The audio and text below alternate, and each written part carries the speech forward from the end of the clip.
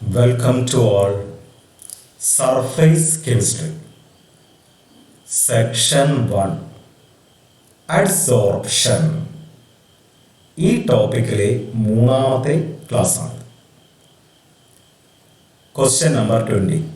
Write a note on Freundlich adsorption isotope. Freundlich FRE പിന്നെ UND പിന്നെ LICH spelling ശ്രദ്ധിക്കണം. ഫ്രണ്ട്ലിക് adsorption isotope. ഫ്രണ്ട്ലിക് കണ്ടുപിടിച്ച adsorption ഐസോട്ടോപ്പിനെ കുറിച്ചാണ് നമ്മൾ ചർച്ച ചെയ്യുന്നത്. നോക്കാം. Graph plotted between amount of adsorption and pressure. ആരൊക്കെ തമ്മിലാണ്? amount of adsorption and pressure.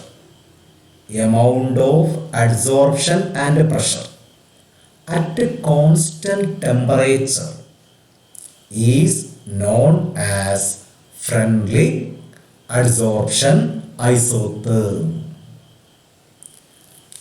അപ്പോൾ ഇതൊരു ഗ്രാഫാണ്.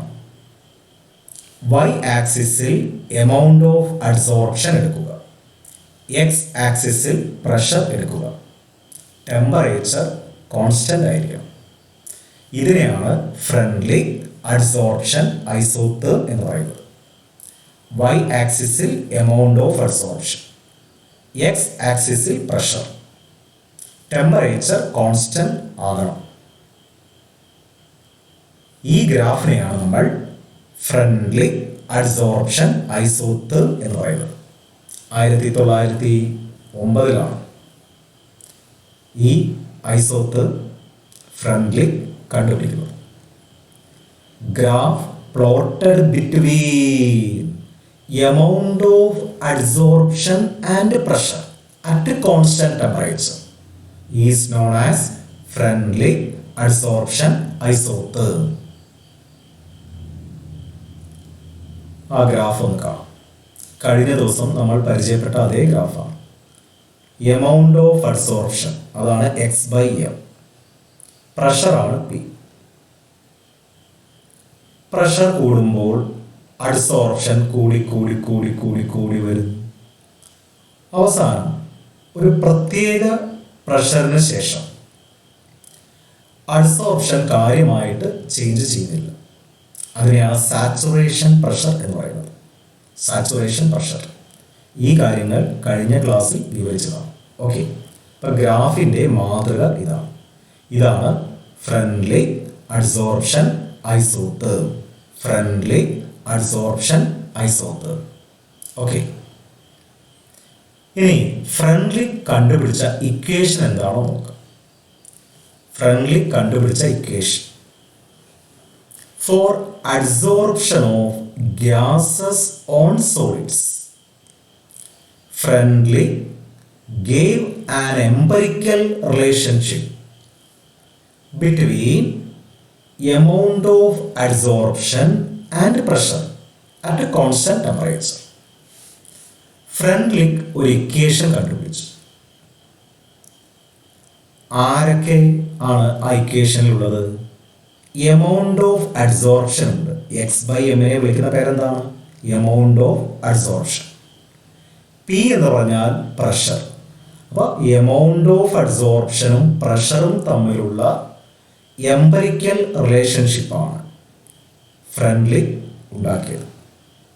എമൗണ്ട് ഓഫ് അഡ്സോർപ്ഷനും പ്രഷറും, ടെമ്പറേച്ചർ കോൺസ്റ്റന്റ് ആണ്.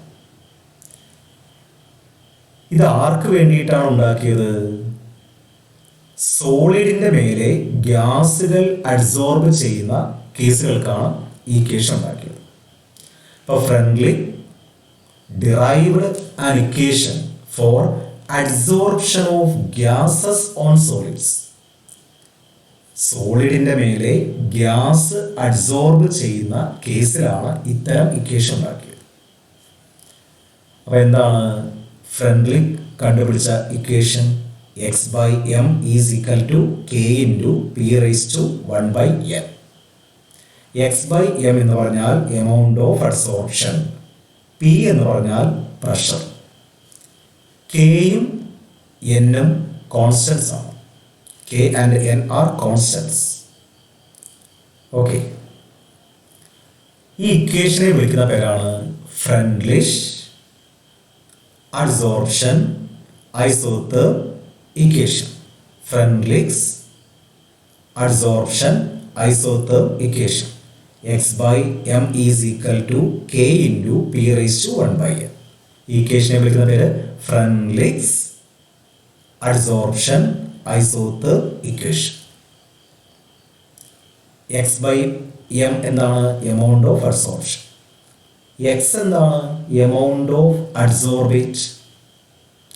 എം എന്ന് പറഞ്ഞാൽ amount of adsorbent. P pressure. K and N are constants. ഇപ്പോൾ ഫ്രണ്ട്ലിക് കണ്ടുപിടിച്ച റിലേഷൻഷിപ്പാണ് നമ്മൾ പഠിച്ചത്. എന്താണ് ഫ്രണ്ട്ലിക് കണ്ടുപിടിച്ച റിലേഷൻഷിപ്പ്? X by M is equal to K into P raise to 1 by N. ഈ P raise to 1 by N എന്ന് പറഞ്ഞാൽ nth റൂട്ട് ഓഫ് പി എന്നാണ് അർത്ഥം. nth root of P. അപ്പം പി റൈസ് ടു 1 ബൈ 2 എന്നാണെങ്കിലോ root P എന്നാണ് അർത്ഥം. P raise to 1 by 3 എന്നാണെങ്കിലോ ക്യൂബ് റൂട്ട് ഓഫ് പി എന്നാണ് അർത്ഥം. അപ്പോൾ nth റൂട്ട് ഓഫ് പി ആണ്. nth root of p. For adsorption of gases on solids, Freundlich gave an empirical relationship between amount of adsorption and pressure at constant temperature. That equation is x by m is equal to k into p raised to 1 by n. This equation is known as Freundlich's adsorption isotherm equation. X എന്താണെന്നൊക്കെ അവിടെ എഴുതിയിട്ടുണ്ട്, പറഞ്ഞതാണ്. X mass of the adsorbate. ഇവിടെ adsorbate gas ആണ്. P pressure. M mass of the adsorbent. X by m എന്ന് പറഞ്ഞാൽ എന്തായിരിക്കും? Amount of adsorption. X by m എന്ന് പറഞ്ഞാൽ എമൗണ്ട് ഓഫ് അഡ്സോർപ്ഷൻ ആണ്. വേണമെങ്കിൽ എഴുതാം. എക്സ് ബൈ എം എന്ന് പറഞ്ഞാൽ amount of adsorption. Amount of adsorption. Okay, കെയും എന്നും കോൺസ്റ്റൻസ് ആണ്. അത് എന്തിനെ ഡിപ്പെൻഡ് ചെയ്യും? അഡ്സോർബേറ്റിൻ്റെ നേച്ചറിനെയും അഡ്സോർബൻറ്റിൻ്റെ നേച്ചറിനെയും ഡിപ്പെൻഡ് ചെയ്യും. K and N are constants which depend upon the nature of the adsorbate and the adsorbent at a particular temperature. ഇപ്പോൾ ഫ്രെൻഡ്ലിക് കണ്ടുപിടിച്ച ഇക്വേഷൻ നമ്മൾ പഠിച്ചു. ആ ഇക്വേഷനെ വിളിക്കുന്ന പേരാണ് Freundlich's adsorption isotherm equation. Okay,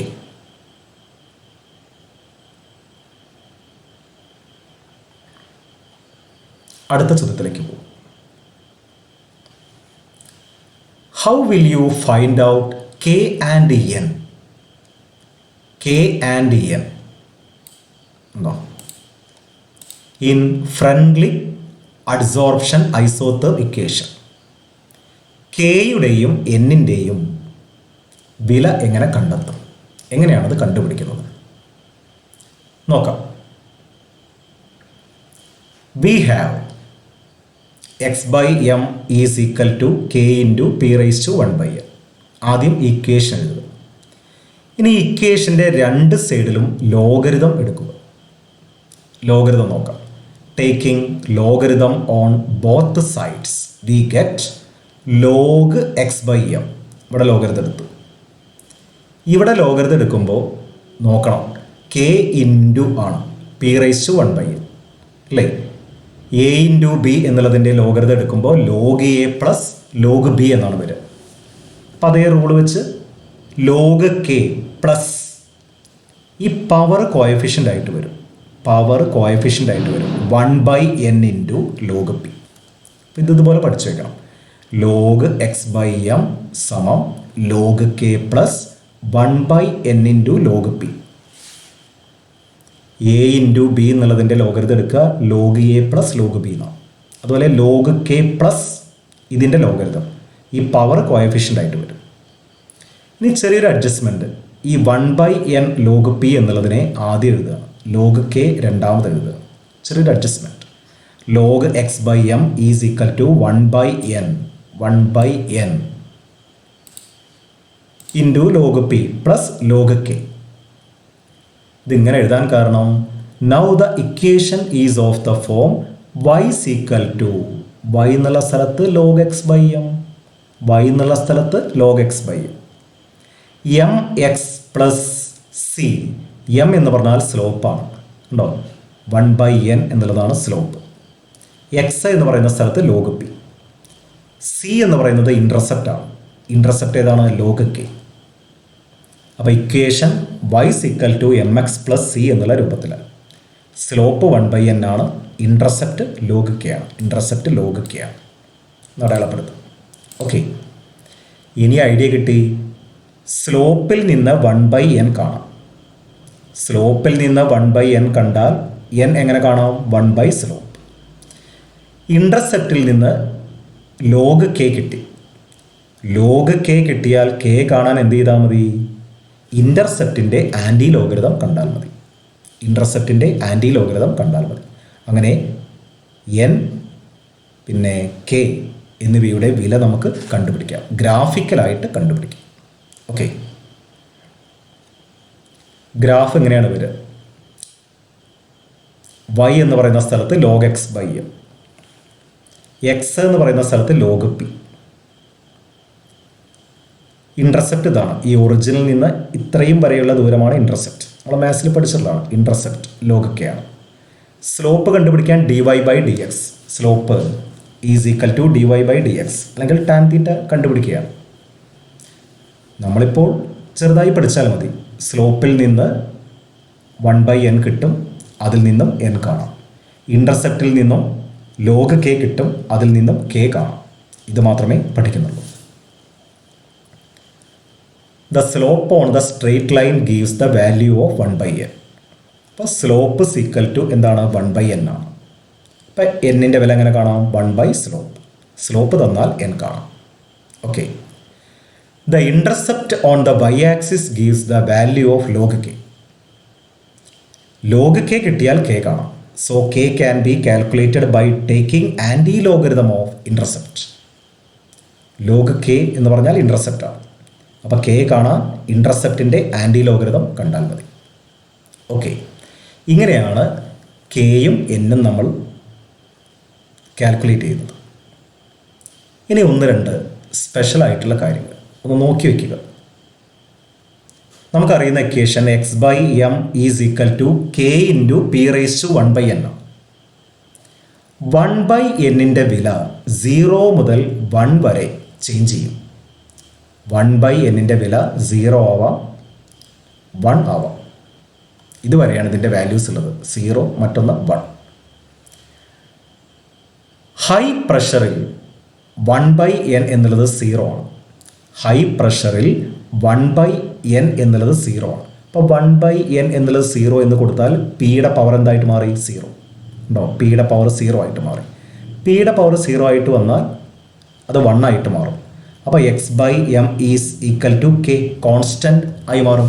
അപ്പോൾ ഹൈ പ്രഷറിൽ x/m കോൺസ്റ്റൻ്റ് ആണ്. അതുകൊണ്ടാണ് നമ്മുടെ ഗ്രാഫ് നോക്കൂ, ഹൈ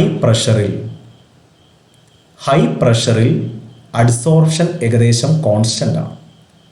പ്രഷർ കൂടുമ്പോൾ x/m ഏകദേശം കോൺസ്റ്റൻ്റ് ആണ്. ഓക്കെ, അതുകൊണ്ടാണ് അങ്ങനെ വന്നത്. അപ്പോൾ ഹൈ പ്രഷറിൽ 1/n ഈസ് ഈക്വൽ ടു 0 ആണ്. x/m കോൺസ്റ്റൻ്റ് ആയിട്ട് മാറും. ലോ പ്രഷറിൽ 1/n-ൻ്റെ വാല്യൂ 1 ആണ്. അപ്പോൾ x/m is equal to k into p. Pressure മാറുമ്പോൾ x/m മാറും. x/m is directly proportion to pressure. പ്രഷറിനനുസരിച്ച് x/m കൂടും. അതും ഗ്രാഫിൽ നിന്ന് വ്യക്തമാണ്. ലോ പ്രഷറിൽ പ്രഷർ കൂടുമ്പോൾ എമൗണ്ട് ഓഫ് അഡ്സോർപ്ഷൻ കൂടുന്നു. അപ്പോൾ ആ ഗ്രാഫ് നമുക്കൊന്നുകൂടെ കാണാം. ലോ പ്രഷറിൽ പ്രഷർ കൂടുമ്പോൾ അഡ്സോർപ്ഷൻ കൂടുന്നുണ്ട്. 1/n വാല്യൂ 1 വരുന്ന കേസാണ്. 1/n വാല്യൂ 0 വരുമ്പോൾ x/m എന്നുള്ളത് കോൺസ്റ്റൻ്റ് ആയിട്ട് മാറും. ഇവിടെ വേണമെങ്കിൽ സ്ട്രെയിറ്റ് ലൈൻ വരയ്ക്കാം. x/mൽ കാര്യമായിട്ടുള്ള വ്യത്യാസം വരുന്നില്ല. അപ്പോൾ ആ രണ്ട് കേസുകൾ പ്രത്യേകം ശ്രദ്ധിക്കണം. ഏതാ രണ്ട് കേസുകൾ? 1/n വില 0 വരും ഹൈ പ്രഷറിൽ, അപ്പോൾ അഡ്സോർപ്ഷൻ കോൺസ്റ്റൻ്റ് ആയിട്ട് മാറും. x/m എന്ന് പറഞ്ഞാൽ എമൗണ്ട് ഓഫ് അഡ്സോർപ്ഷനാണ്, അത് കോൺസ്റ്റൻ്റ് ആയിട്ട് മാറും. ലോ പ്രഷറിൽ 1/n വില 1 ആണ്. അതുകൊണ്ട് x/m is equal to k into p. അതുകൊണ്ടാണ് തുടക്കത്തിൽ അല്ലേ അഡ്സോർപ്ഷൻ അങ്ങനെ കൂടിക്കൂടി വന്നു, ഒരു പ്രത്യേക പ്രഷറിന് ശേഷം കോൺസ്റ്റൻ്റ് പോലെ ആവുന്നത്. ഓക്കെ, അടുത്ത പോയിന്റ് ഒന്ന് നോക്കൂ. Friendly adsorption isotherm cannot explain why amount of adsorption becomes constant at high pressure.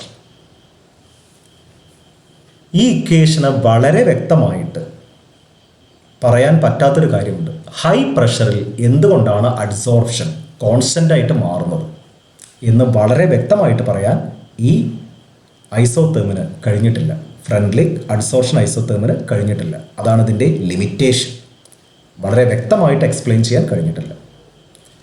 ഇത് കഴിയുന്ന ഒരു ഐസോതേം ഉണ്ട്, പക്ഷെ നമുക്ക് പഠിക്കാനില്ല. The limitation can be explained by Langmuir adsorption isotherm. Freundlich adsorption ഐസോതേമിന് പറയാൻ പറ്റാത്ത കാര്യം ലാങ്മെയർ അഡ്സോർപ്ഷൻ ഐസോതേമിന് പറയാൻ കഴിയും. അത് നമുക്ക് പഠിക്കാനില്ല, ഒന്ന് സൂചിപ്പിച്ചു എന്ന് മാത്രം. അപ്പോൾ ആ എക്സ്ട്രാ പറഞ്ഞിട്ടുള്ള പോയിന്റുകൾ ഒന്ന് നോക്കണം. ഓക്കെ, അടുത്ത ചോദ്യം. Write a note on adsorption from solutions. ഇപ്പോൾ നമ്മൾ കണ്ടത് ഗ്യാസിൻ്റെ അഡ്സോർപ്ഷനാണ്. ഗ്യാസുകൾ സോളിഡിൻ്റെ മേലെ അഡ്സോർബ് ചെയ്യുന്ന കേസാണ്. ഇനി കാണാൻ പോകുന്നത് സൊല്യൂഷനിൽ നിന്നും അഡ്സോർപ്ഷൻ നടക്കാം. അതെങ്ങനെയാണെന്ന് നോക്കാം. Solids can adsorb solutes from solutions. അപ്പോൾ സൊല്യൂട്ടുകളെ അഡ്സോർബ് ചെയ്യാൻ സോളിഡുകൾക്ക് പറ്റും. ഒരു സൊല്യൂഷനിലെ സൊല്യൂട്ടിനെ അഡ്സോർബ് ചെയ്യാൻ സോളിഡുകൾക്ക് പറ്റും. ഇതിനെയാണ് അഡ്സോർപ്ഷൻ ഫ്രം സൊല്യൂഷൻസ് എന്ന് പറയുന്നത്. ഒരു എക്സാമ്പിൾ പറഞ്ഞാൽ പെട്ടെന്ന് മനസ്സിലാവും. When a solution of acetic acid in water is shaken with charcoal, അതായത് കരി, a part of the acid is adsorbed by the charcoal and the concentration of the acid decreases in the solution. Acetic acid വെള്ളത്തിൽ കലക്കുക. ആ സമയത്ത് അതിൻ്റെ concentration നമ്മൾ not ചെയ്യണം. അതിനുശേഷം അല്പം കരിപ്പൊടി ചേർത്തിട്ട് നന്നായിട്ട് ഷെയ്ക്ക് ചെയ്യുക, ഇളക്കുക. അതിനുശേഷം കോൺസെൻട്രേഷൻ പരിശോധിച്ചാൽ അസറ്റിക് ആസിഡിൻ്റെ കോൺസെൻട്രേഷൻ കുറഞ്ഞിട്ടുണ്ടാവും. എന്താണ് കുറയാൻ കാരണം? അസറ്റിക് ആസിഡിനെ, അതായത് സൊല്യൂട്ടിനെ ആര് അഡ്സോർബ് ചെയ്തു? ചാർക്കോൾ, കരിപ്പൊടി അഡ്സോർബ് ചെയ്തു. അപ്പോൾ ഇത് ഏതിന് എക്സാമ്പിളാണ്? സൊല്യൂഷനിൽ നിന്നുള്ള അഡ്സോർപ്ഷന് എക്സാമ്പിളാണ്. അസറ്റിക് ആസിഡ് സൊല്യൂഷനിൽ നിന്നും അസറ്റിക് ആസിഡിനെ ചാർക്കോൾ അഡ്സോർബ് ചെയ്തു. ഓക്കെ, അടുത്ത example. The litmus solution shaken with water becomes colourless. Water അല്ല, ചാർക്കോൾ. ചാർക്കോൾ എന്നാണ് വേണ്ടത്. Charcoal. The litmus solution shaken with charcoal becomes colorless. Litmus സൊല്യൂഷന് നിറമുണ്ടായിരിക്കും, നീലയോ ചുവപ്പോ. ഇത് ചാർക്കോളുമായിട്ട് ഷെയ്ക്ക് ചെയ്താൽ അത് കളർലെസ് ആയിട്ട് മാറും. എന്തായിരിക്കും കാരണം? ഈ കളറിനെ ആര് അഡ്സോർബ് ചെയ്യും? ചാർക്കോൾ അഡ്സോർബ് ചെയ്യും, അല്ലേ? Charcoal adsorbs colour. അതുകൊണ്ടാണിത് കളർലെസ് ആയിട്ട് മാറുന്നത്. Charcoal adsorbs colour. വേണമെങ്കിൽ എഴുതാം. Charcoal adsorbs colour. ചാർക്കോള് കളറിനെ അഡ്സോർബ് ചെയ്യും. ശരിയല്ലോ. അടുത്തത് മഗ്നീഷ്യം ഹൈഡ്രോക്സൈഡ് ഒരു പ്രസിപ്പിറ്റേറ്റ് ആണ്. നമ്മൾ ലാബിൽ ചെയ്യുന്ന ഒരു എക്സ്പെരിമെൻറ്റിൽ കിട്ടുന്നതാണ് മഗ്നീഷ്യം ഹൈഡ്രോക്സൈഡ്. ഇത് മാഗ്നസോൺ റിയേജൻറ്റുമായി പ്രവർത്തിപ്പിച്ചാൽ ബ്ലൂ കളർ കിട്ടും. എന്തായിരിക്കും കാരണം? ഈ കളറിനെ അഡ്സോർബ് ചെയ്യുന്നു? മഗ്നീഷ്യം ഹൈഡ്രോക്സൈഡ് അഡ്സോർബ് ചെയ്യുക. The precipitate of magnesium hydroxide attains blue colour when precipitated in the presence of magneson reagent. അപ്പോൾ മാഗ്നസോൺ റിയേജൻറ്റിൻ്റെ പ്രസൻസിൽ മഗ്നീഷ്യം ഹൈഡ്രോക്സൈഡ് ഉണ്ടാകുമ്പോൾ, പ്രസിപ്പിറ്റേറ്റ് ഉണ്ടാകുമ്പോൾ അതിന് ബ്ലൂ കളർ കിട്ടും. കാരണം ഈ പ്രസിപ്പിറ്റേറ്റ് ബ്ലൂ കളറിനെ അഡ്സോർബ് ചെയ്യുകയാണ്. അതെഴുതാം.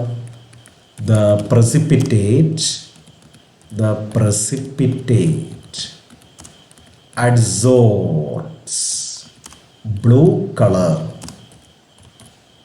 The precipitates adsorbs blue color. അപ്പോൾ മഗ്നീഷ്യം ഹൈഡ്രോക്സൈഡ് പ്രസിപ്പിറ്റേറ്റ് ചെയ്യുമ്പോൾ മാഗ്നസോൺ റിയേജൻ്റ് ഉണ്ടെങ്കിൽ ബ്ലൂ കളർ അഡ്സോർബ് ചെയ്യും. അടുത്തത് നമ്മൾ നേരത്തെ പഠിച്ച ഇക്വേഷൻ ഇവിടെയും ഉപയോഗിക്കും. നേരത്തെ പഠിച്ച ഇക്വേഷൻ ഗ്യാസുകളുടെ അഡ്സോർഷന് വേണ്ടിയിട്ടായിരുന്നു. ഇവിടെ ഉപയോഗിക്കുന്നതോ സൊല്യൂട്ടുകളുടെ അഡ്സോർഷന് വേണ്ടിയിട്ടാണ്. അപ്പോൾ Freundlich's adsorption isotherm equation for adsorption from solution is.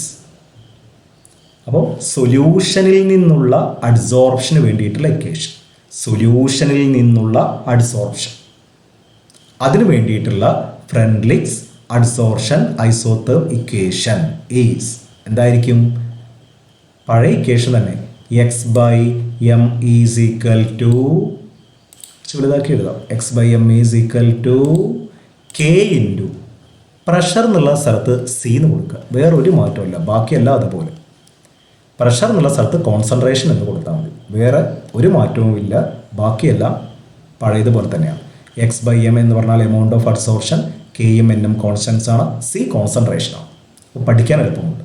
Okay, എല്ലാ കാര്യങ്ങളും എഴുതിയെടുക്കണം. X mass of the adsorbate ആണ്, m mass of the adsorbent ആണ്. അതൊക്കെ പഴയ കാര്യങ്ങൾ പറഞ്ഞ അതുപോലെ തന്നെയാണ്. ഓക്കെ, അടുത്ത ക്വസ്റ്റ്യനിലേക്ക് പോകും. Give applications of adsorption. അഡ്സോർപ്ഷൻ്റെ അപ്ലിക്കേഷൻസ് ഒന്ന് പരിശോധിക്കാം. ഒന്ന്, ഇത് മാത്രം പഠിച്ചാലും മതി. To produce high vacuum in vessels. ഒരു പാത്രത്തിലെ വായു മുഴുവനായിട്ട് നീക്കം ചെയ്യാൻ അഡ്സോർഷൻ ഉപയോഗിക്കാറുണ്ട്. അതാണ് ഹൈ വാക്വം എന്ന് പറയുന്നത്. അതെങ്ങനെയാണ് എന്ന് നമുക്ക് നോക്കാം. ബ്രാക്കറ്റിൽ എഴുതിയിട്ടുണ്ട്. അപ്പോൾ താല്പര്യമുള്ള കുട്ടികൾക്ക് ഇതുകൂടെ നോക്കണം. The remaining traces of air can be adsorbed by charcoal from a vessel evacuated by a vacuum pump to give a very high vacuum. അതായത് വാക്വം പമ്പ് ഉപയോഗിച്ച് ഒരു വെസലിലെ വായു പരമാവധി നീക്കം ചെയ്യും, വാക്വം പമ്പ് ഉപയോഗിച്ചിട്ട്. എന്നാലും അല്പം വായു അതിലുണ്ടായേക്കാം, ട്രേസസ് ഓഫ് എയർ അതിലുണ്ടായേക്കാം. അതിനെ അഡ്സോർബ് ചെയ്യാൻ നമുക്ക് ചാർക്കോൾ ഉപയോഗിക്കും. അപ്പോൾ ആ പാത്രത്തിൽ ബാക്കി കിടക്കുന്ന വായുവും കൂടെ ചാർക്കോൾ അഡ്സോർബ് ചെയ്യും.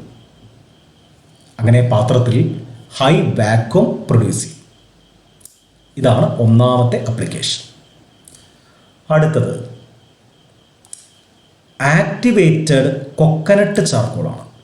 കൊക്കനട്ട് ചാർക്കോളാണ്, ചിരട്ട കരി. ആക്ടിവേറ്റഡ് എന്ന് പറഞ്ഞാൽ ചൂടാക്കിയെന്നേ അർത്ഥമുള്ളൂ, ചൂടാക്കിയ അല്ലേ, എന്നാലേ ഈ കരിയിലെ പോർസുകളൊക്കെ ക്ലിയർ ആവും, സുഷിരങ്ങളൊക്കെ ക്ലിയർ ആവും. Activated coconut charcoal is used in gas mask. ഇപ്പം ഗ്യാസ് മാസ്കിൽ ഉപയോഗിക്കുന്നത് കൊക്കനട്ട് ചാർക്കോളാണ്, ആക്ടിവേറ്റഡ് കൊക്കനട്ട് ചാർക്കോളാണ്. ഇത് എവിടെയാണ് ഉപയോഗിക്കുക? ഖനികളിൽ വിഷവാതകങ്ങൾ ഉണ്ടാവും. ഈ വിഷവാതകങ്ങളെ അഡ്സോർബ് ചെയ്യാനാണ് കോക്കനട്ട് ചാർക്കോൾ ഉപയോഗിക്കുന്നത്. അല്ലെങ്കിൽ പൊള്യൂട്ടഡ് സിറ്റീസിൽ ഗ്യാസ് മാസ്ക് വയ്ക്കാം. പൊള്യൂട്ടഡ് സിറ്റീസിൽ അല്ലേ പോയിസണസ് ഗ്യാസുകളെ കോക്കനട്ട് ചാർക്കോൾ അഡ്സോർബ് ചെയ്യും. Activated coconut charcoal is used in gas mask. എന്തിനാണ് ഉപയോഗിക്കുന്നത്? Which are used for breathing in coal mines, അതായത് കൽക്കരി ഖനികൾ, coal mines, and in polluted cities to adsorb poisonous gases. Okay, അടുത്ത application silica and aluminium gels are used as adsorbents. Silica gel, aluminium gel ഇതൊക്കെ adsorbents ആണ്. ഇവർ ഈർപ്പത്തിനെ വലിച്ചെടുക്കാനാണ് ഉപയോഗിക്കുന്നത്. For removing moisture and controlling humidity. അന്തരീക്ഷ വായുവിലെ ഈർപ്പത്തിനെ വലിച്ചെടുക്കാൻ കഴിയും അല്ലേ? പുതിയ ബാഗ്, പേഴ്സ്, ഷൂ ഒക്കെ വാങ്ങുമ്പോൾ അതിൽ സിലിക്ക ജെൽ ഉണ്ടായിരിക്കും. ആ ബാഗിൻ്റെ ഉള്ളിലെ ഈർപ്പം വലിച്ചെടുക്കാനാണ് സിലിക്ക ജെൽ വിതറുന്നത്. പേഴ്സിനെ, ഷൂവിനെയൊക്കെ ഡ്രൈ ആക്കാൻ വേണ്ടിയിട്ടാണ്. ഓക്കെ, അടുത്തത് application animal charcoal removes colours by adsorbing coloured impurities. Animal ചാർക്കോളിന് നിറത്തിനെ വലിച്ചെടുക്കാൻ പറ്റും. ഷുഗർ ഇൻഡസ്ട്രിയിൽ നമ്മൾ ഉപയോഗിക്കാറുണ്ട്. In sugar industry we use animal charcoal. എഴുതാം, in sugar industry animal charcoal is used. Animal charcoal കഴിഞ്ഞ ദിവസം പറഞ്ഞിരുന്നു. Animal charcoal is used. Sugar ഇൻഡസ്ട്രിയിൽ പഞ്ചസാരയെ വെളുപ്പിക്കാൻ നമ്മൾ ആനിമൽ ചാർക്കോൾ ഉപയോഗിക്കുന്നുണ്ട്. അടുത്ത application adsorption of reactants on the solid surface of the catalyst increase the rate of the reaction. കാറ്റലിസ്റ്റുകൾ പലപ്പോഴും സോളിഡാവും. കാറ്റലിസ്റ്റുകൾ സോളിഡാണ്. ഈ സോളിഡിൻ്റെ മേലെയാണ് റിയാക്റ്റൻസ് അഡ്സോർബ് ചെയ്യുന്നത്. ഇത്തരം കറ്റാലിസിസിനെ ഹെട്രോജീനിയസ് കറ്റാലിസിസ് എന്നാണ് വിളിക്കുക. Heterogeneous catalysis. അപ്പോൾ അഡ്സോർപ്ഷൻ്റെ അപ്ലിക്കേഷൻ വരുന്നത് കറ്റാലിസിസിലാണ്. Heterogeneous catalysis. റിയാക്റ്റൻസ് സോളിഡിൻ്റെ മേലെ അഡ്സോർബ് ചെയ്യും. അങ്ങനെ റിയാക്ഷൻ്റെ റേറ്റ് കൂടും, വേഗത കൂടും. ഹെട്രോജീനിയസ് കറ്റാലിസിസിന് ഉദാഹരണങ്ങൾ ഹേബർ പ്രോസസ്സ്. അമോണിയ നിർമ്മിക്കുന്ന പ്രോസസ്സാണ് Haber process. Contact process, sulphuric acid നിർമ്മിക്കുന്ന പ്രോസസ്സാണ് കോണ്ടാക്ട് പ്രോസസ്സ്. ഹൈഡ്രോജനേഷൻ, വനസ്പതി നിർമ്മിക്കുന്ന പ്രോസസ്സാണ് ഹൈഡ്രോജനേഷൻ. ഓക്കെ, അപ്പോൾ കറ്റാലിസിസിൽ അഡ്സോർപ്ഷൻ ഉപയോഗിക്കുന്നുണ്ട്. അടുത്തത് a mixture of noble gases can be separated by adsorption on coconut charcoal at different temperatures. അപ്പോൾ ചിരട്ടക്കരി ഉപയോഗിച്ചിട്ടാണ് നോബിൾ ഗ്യാസുകളെ വേർതിരിക്കുന്നത്. ഏതൊക്കെയാണ് noble gas? Helium, neon, argon, krypton, xenon, radon radioactive ആണ്. അപ്പോൾ ബാക്കി നോബിൾ ഗ്യാസുകളെ നമ്മൾ ചിരട്ടക്കരി ഉപയോഗിച്ചിട്ടാണ് സെപ്പറേറ്റ് ചെയ്യുന്നത്. A mixture of noble gases can be separated by adsorption on coconut charcoal at different temperatures. അടുത്ത ആപ്ലിക്കേഷൻ നോക്കാം. A number of drugs are used to kill germs by getting adsorbed on them. പല മരുന്നുകളും ഡ്രഗുകളും രോഗാണുക്കളെ കൊല്ലുന്നത് ഈ രോഗാണുക്കളെ adsorb ചെയ്തിട്ടാണ്. അപ്പോൾ അവിടെയും adsorption എന്ന് പറയുന്ന പ്രിൻസിപ്പിൾ വരുന്നുണ്ട്. അടുത്തത് മെറ്റലർജിയിൽ വരുന്ന ഒരു പ്രോസസ്സാണ് ഫ്രോത്ത് ഫ്ലോട്ടേഷൻ. ഇതിൻ്റെ പ്രിൻസിപ്പിൾ അഡ്സോർപ്ഷനാണ്, ഫ്രോത്ത് ഫ്ലോട്ടേഷൻ. സൾഫൈഡ് ഓറുകളെ ശുദ്ധീകരിക്കാനാണ് ഫ്രോത്ത് ഫ്ലോട്ടേഷൻ ഉപയോഗിക്കുന്നത്. അത് മെറ്റലർജി എന്ന് പറയുന്ന ചാപ്റ്ററിൽ നമുക്ക് നോക്കാം. ബ്രാക്കറ്റിലൊന്ന് എഴുതിയിട്ടുണ്ട്.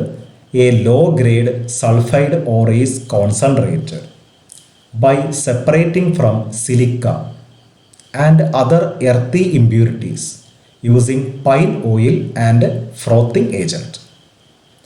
അപ്പോൾ സൾഫൈഡ് ഓറുകളെ സിലിക്ക, മണ്ണ് തുടങ്ങിയ ഇമ്പ്യൂരിറ്റികളിൽ നിന്നും വേർതിരിച്ചെടുക്കുന്നത് പൈൻ ഓയിലും പിന്നെ പതയുണ്ടാവാൻ ഒരു പദാർത്ഥം ഉപയോഗിക്കും, അതിനെയാണ് ഫ്രോത്തിങ് ഏജൻറ്റ് എന്ന് പറയുന്നത്. പൈൻ ഓയിലും പതയുണ്ടാക്കാൻ ഉപയോഗിക്കുന്ന ഒരു പദാർത്ഥവും കൂടിയിട്ടാണ്. ഇതിനാണ് ഫ്രോത്ത് ഫ്ലോട്ടേഷൻ എന്ന് പറയുന്നത്. മറ്റൊരു ചാപ്റ്ററിൽ വിശദമായിട്ട് കാണാം.